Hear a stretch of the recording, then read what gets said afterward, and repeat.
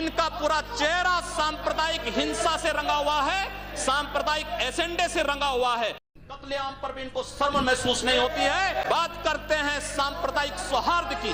बांग्लादेशी घुसपैठिए इन लोगों के अपने हो गए, लाखों वर्षों से रहने वाला समुदाय पराया हो गया।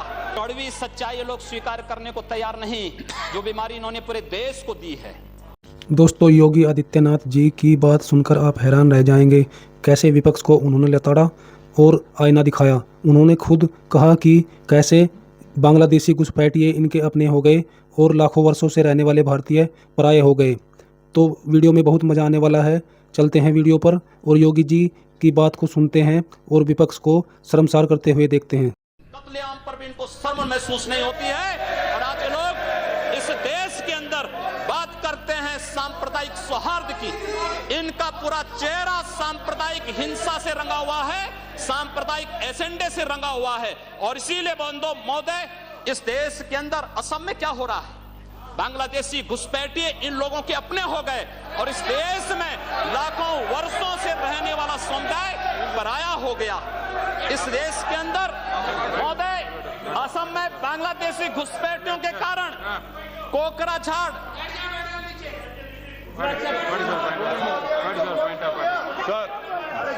Sir, under Rule 376, sir, the honourable member, while giving statement in his speech, he mentioned about communal rights. I request you that 2011 he has given a figures. Those are wrong figures. No, he has completely forgotten 10 to 2013. No. My question was there, sir. You cannot give wrong figures. Gujarat was the highest number followed by Madhya Pradesh. I have my question over here answer. I request you to check the record. Please. Sir, Please take it. Please. Say. No. Please. See, unmute my leg. Say, on my leg, please. See, the member is speaking and giving some figures. You are disputing that figures. No. In your speech you can say there is no ruling. There is not out of. During your speech you can speak. You reply that. During your speech you can counter it. Not when your term comes. You at that time can dispute it. You continue. You can nothing will counter that. उपाध्यक्ष महोदय, सच्चाई कड़वी होती है और कड़वी सच्चाई लोग स्वीकार करने को तैयार नहीं, क्योंकि लोग उस बीमारी से स्वयं त्रस्त हो चुके हैं, जो बीमारी इन्होंने पूरे देश को दी है। और इसीलिए ये लोग उस सच्चाई को स्वीकार नहीं कर सकते। कश्मीरी पंडितों के निष्कासन पर और कश्मीर पे हुए अत्याचार पर ये लोग मौन थे। मैं 2011-12 में असम के अंदर देख रहा था, 3 महीनों तक लगातार दंगे होते रहे। इन लोगों ने एक भी बार सदन में चर्चा नहीं कराई। असम जलता रहा।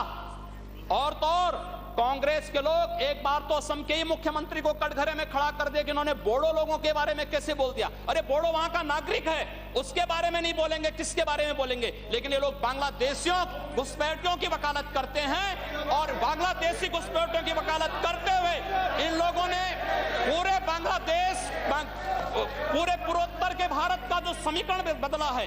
महोदय, असम के अंदर आज कोकराझार, धुबरी, चिरांग और बरबेटा जिले जो हिंसा की सर्वाधिक चपेट में हैं, वे सर्वाधिक चपेट में जो जिले हैं वे इसलिए हैं क्योंकि बांग्लादेशी घुसपैठी वहां पर आकर के जमीनों पर कब्जा किए हैं। इन लोगों ने वर्क परमिट के साथ साथ उनके राशन कार्ड बनाए हैं और बेशर्मी के साथ देश के साथ खिलवाड़ उन्होंने वहां पर उनके माध्यम से करवाया है।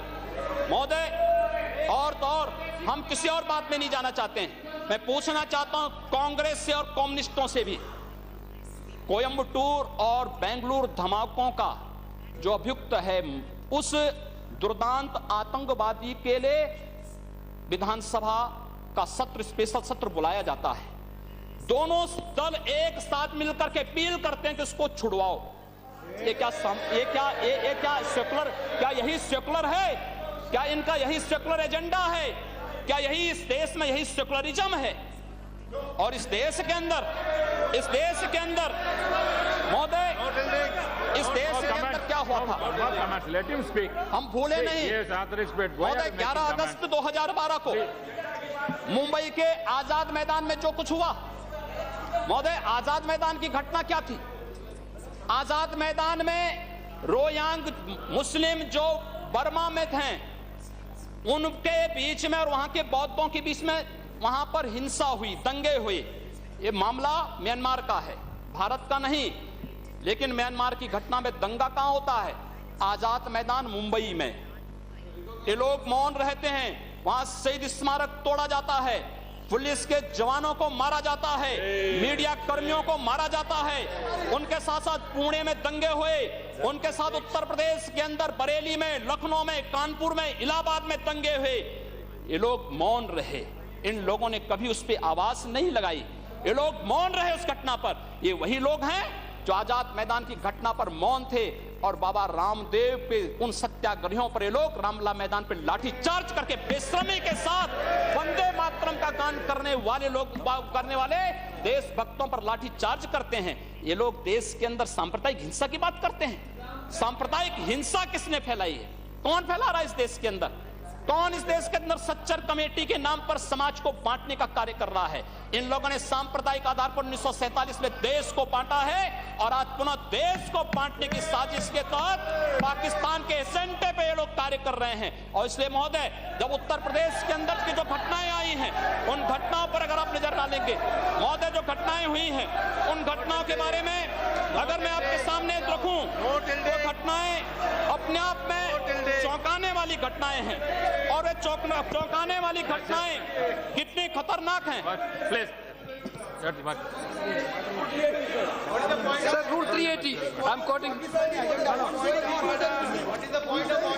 No, I will ask. Rule 3. Sir. I am raising a point of order. While speaking, the member already made a defamatory statement. If the speaker is of the opinion that words have been used in debate which are defamatory or indecent or unparliamentary or undignified, he used the word that we already raised the issues of communal violence. We are not against anybody. We want a secularism to be maintained in this country. Therefore, we made a discussion. But honorable member, while discussing, honorable member, while discussing, he used the name of Pakistan. He abused us for naming the Pakistan. This is unparliamentary, sir. This is this should be deleted. This should be deleted, sir. As per 380, this should be deleted. मैं उत्तर प्रदेश के अंदर आता हूँ। Please. It has to be decided. Please. Speaker has I have to give my ruling.